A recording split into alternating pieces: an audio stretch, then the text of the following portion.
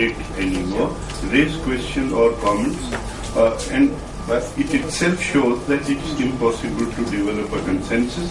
And first of all, there is no need for a consensus, because it's a very personal thing. It must remain personal, and this is the biggest fraud that has been committed upon the poor people, that the state shall have a religion.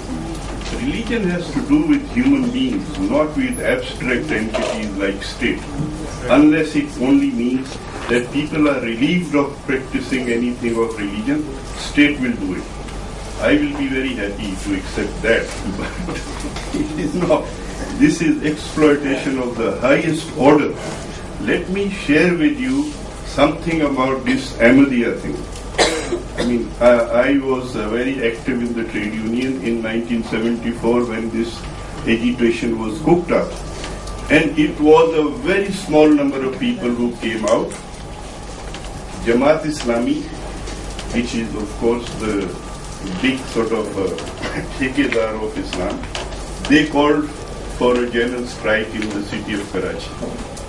We went to the press, it is on record, we held a press conference and we said, we appeal to the workers not to respond to this call. This has got nothing to do with the workers. Nobody should be deciding whose religion is what. It's between human beings and their whatever God they have. So nobody should go on a strike. And there was no strike in the city of Karachi by the workers. It's the largest industrial city in Pakistan. But still, Bhutto's government went ahead, and we don't know what the pressure was, but this law was enacted. The parliament had no constitutional right to enact such a law. You cannot decide through a parliament who is a Muslim and who is not.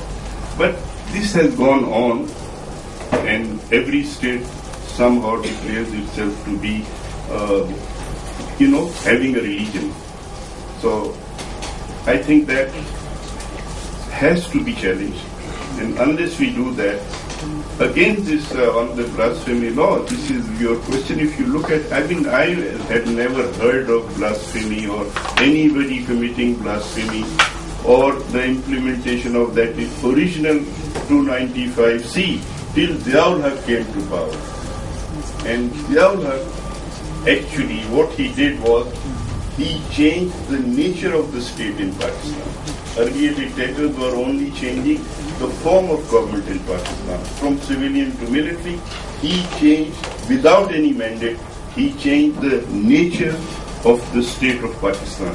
And we are struck with that. It is inherently a dictatorial, authoritarian state. It cannot accommodate democracy unless the constitutional framework is rid of the dictatorial provisions imposed by one dictator who had no sort of mass legitimacy or legal or constitutional authority to do anything to the constitution, to the law, and to the people of Pakistan. So, again, if you go back to this whole idea of the ideology of Pakistan, we had never heard about it even when you were part of Pakistan. For the first 25 years, we did not hear about there was an ideology of Pakistan.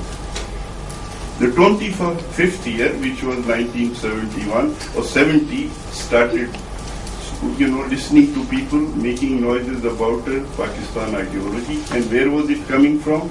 There was this drunkard dictator, Yahya Khan, who hardly was awake for 3 to 4 hours in a day. And he had another general called Sher Ali Khan, who started this nonsense of Pakistan ideology. There was no such thing as ideology of Pakistan. Muslims wanted, wherever they were in a majority, a separate homeland. And you heard Jinnah's quote. Jinnah also made, in this very speech, he talked about India and Pakistan having relations similar to the United States and Canada. He bought land in Shimla. He thought he will spend his summer as Governor General of Pakistan in his farmhouse in Shimla. So, this whole conception was very, very different of a peaceful neighborhood once you have your state. No Islam, nothing. So, we are stuck with it. We have to really get rid of this. And this is what Tista was talking earlier. unless you work for truly secular, democratic, just states in South Asia, or we will be stuck with this problem. And that is where we need to move. Yeah. I just want